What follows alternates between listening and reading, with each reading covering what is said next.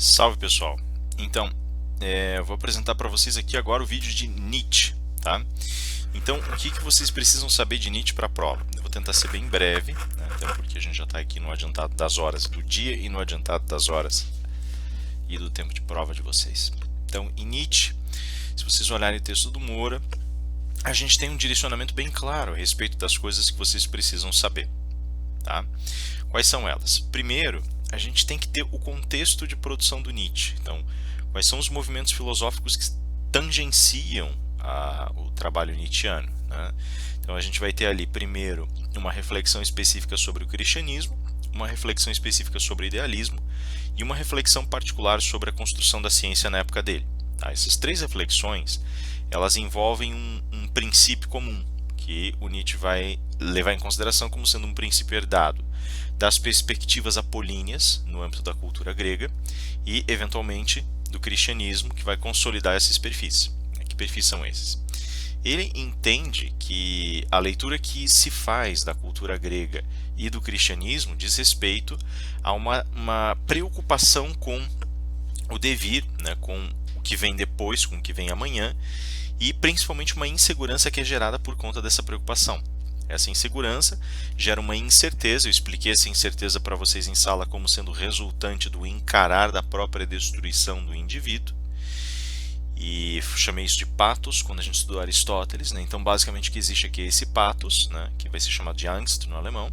E esse pathos ele vai ser construído como sendo o espaço de retenção, o espaço de dificuldades maiores, no que diz respeito à formação de uma filosofia sincera. Então, na mentalidade dele, o apolíneo e o cristianismo, né, essas duas vertentes, esses dois pontos, envolvem aí uma construção, uma organização que se alimentaria e incentivaria o receio e a insegurança, oferecendo ali a formação de uma espécie de abrigo, quase que determinista, né, com uma certa preocupação determinista, portanto. O Nietzsche ele contraria frontalmente essa preocupação. Ele entende que isso, na realidade, vai maquiar a formação de filosofias mais sólidas e mais sinceras, e daí, em virtude disso, ele começa a refutar esses movimentos. Quanto ao idealismo, ele diz que é resultado direto do cristianismo, ele é uma racionalização das perspectivas cristãs, mas ainda assim mantém traços muito evidentes aí de dessa mesma incerteza, e por conta disso acaba mantendo traços muito evidentes dessa mesma necessidade de busca por segurança e, portanto, dessa dificuldade de você criar uma filosofia própria, uma filosofia autônoma, né?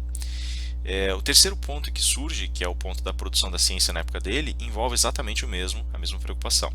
Ele vai dizer então que o idealista e que a produção da ciência na época dele, apesar de elas terem abandonado aqueles traços mais efetivos e mais sólidos do cristianismo, ainda assim mantém, por conta dessa tendência para a insegurança, uma limitação nos seus passos, e por isso ela não chegou a completar aquilo que deveria ser feito para a produção de uma filosofia mais sincera. Por isso ele vai dizer que o período dele é um período em que se avizinham outras forças, mas elas nunca se completam, né?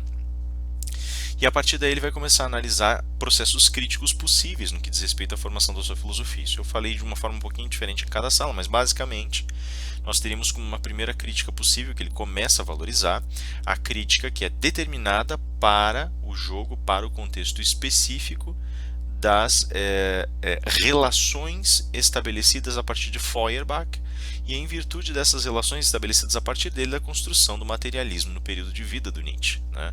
Ele vai dizer que o materialismo tem uma conquista, ele traz uma conquista sólida, muito, muito representativa para a produção da filosofia, né, e para a produção do pensamento humano, que é justamente o fato de você se destacar da figura de Deus, né? O problema é que Feuerbach, quando faz isso, ele ainda assim mantém Deus como uma figura representativa. Ele fala que Deus é aquilo que há de melhor em todos nós, e portanto é uma peça representativa necessária para tentar alimentar e estabelecer, refletir, né, essa condição moral, esse reiterar da moralidade de uma determinada sociedade, que na cabeça do Nietzsche é um resultado, produto direto dessas relações de busca de segurança, de apriorismos que buscam a segurança.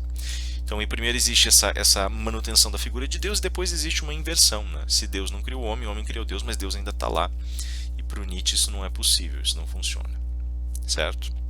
Então isso é o materialismo, e esse é o envolvimento do materialismo. Ele dá um passo, mas não completa, né?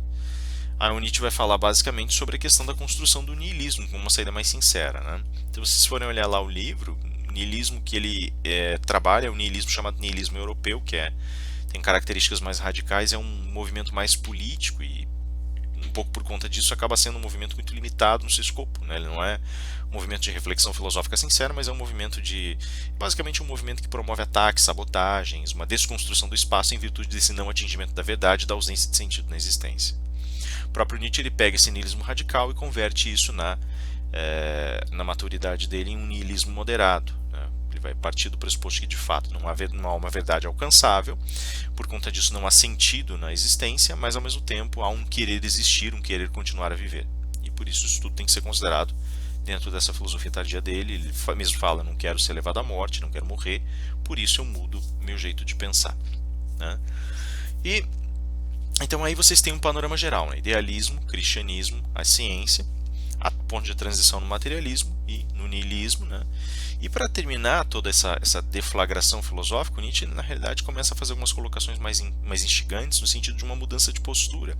E essa mudança de postura começa justamente quando nós abraçamos a possibilidade de uma ligação mais profunda com relações de insegurança e enfrentamos de fato a possibilidade da nossa própria destruição, né? Ou seja, é necessário amar a fatalidade. No texto isso aparece pelo termo amor fati, né? Amar a fatalidade ou amor pela fatalidade. Então é justamente você amar a possibilidade de você esse destino inevitável de você ser destruído e desfrutar disso, tentando gerar um proveito mais amplo, um proveito mais profundo. E aí vem a pergunta, como é que esse proveito mais profundo é gerado? E na mentalidade do Nietzsche, o homem da época dele está preparando o terreno para que esse processo posterior venha a acontecer, venha a tomar parte. Esse processo posterior acontece quando a gente vê a formação do além do homem e o super-homem, né, para alguns. O que é esse além do homem em sentido próprio e geral? O além do homem ele conforma, ele estabelece um desenho de uma filosofia vivida sinceramente, vivida até as suas últimas consequências. O Nietzsche não vê isso ser contemplado na vida dele e muito tempo depois, mesmo assim, não se vê a possibilidade de advento desse super-homem, a não ser em traços ocasionais, né? Ele, na verdade, quando ele vai fazer essas colocações, ele meio que projeta, ele planifica a ideia de que o homem daquele período, como é colocado Zaratustra, ele está fazendo a travessia, ele está na corda bamba, ele não pode voltar para trás, ele não pode voltar a ser aquele homem religioso, aquele homem preso às suas crenças, mas ainda não consegue terminar a travessia e emancipar-se de uma vez por todas das suas inseguranças. O Nietzsche vai incorporar essa transição na figura do camelo, do leão e da criança. O camelo é aquele que carrega o peso nas costas e diz tu deves. Tem um momento em que ele joga suas cargas, né, caminhando pelo deserto e vira o leão, que vai falar eu quero, e daí ele vai buscar satisfazer esse eu quero, e quando perceber que essa característica, essa condição predatória não faz sentido, vai abandonar isso tudo para virar uma criança, e ao se transformar na criança, ele acaba se reconstituindo dentro desse contexto específico como sendo um indivíduo que olha para o mundo com curiosidade, deixa os objetos se expressarem e se externalizarem por conta própria. Então, basicamente, ele tem essa condição, esse movimento amoroso pelas coisas, e esse movimento amoroso acaba reconstituindo um pouco essa noção esfervilhada da produção filosófica dele, né? O que isso significa no sentido específico da formação do seu movimento filosófico? Significa, num primeiro momento, a produção específica de um projeto, de um processo que envolve o modelo formativo daquilo que vai ser a sublimação da subjetividade para a expressão da mundanidade do mundo através do indivíduo, e no termo da expressão dessa mundanidade do mundo, a reflexão mais sólida de uma vontade de potência.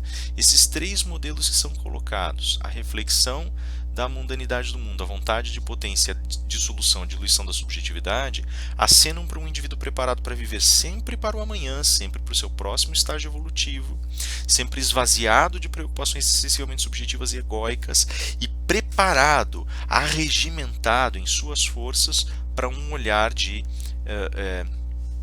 progressão, para um olhar de avanço, para um olhar de satisfação dessas incertezas.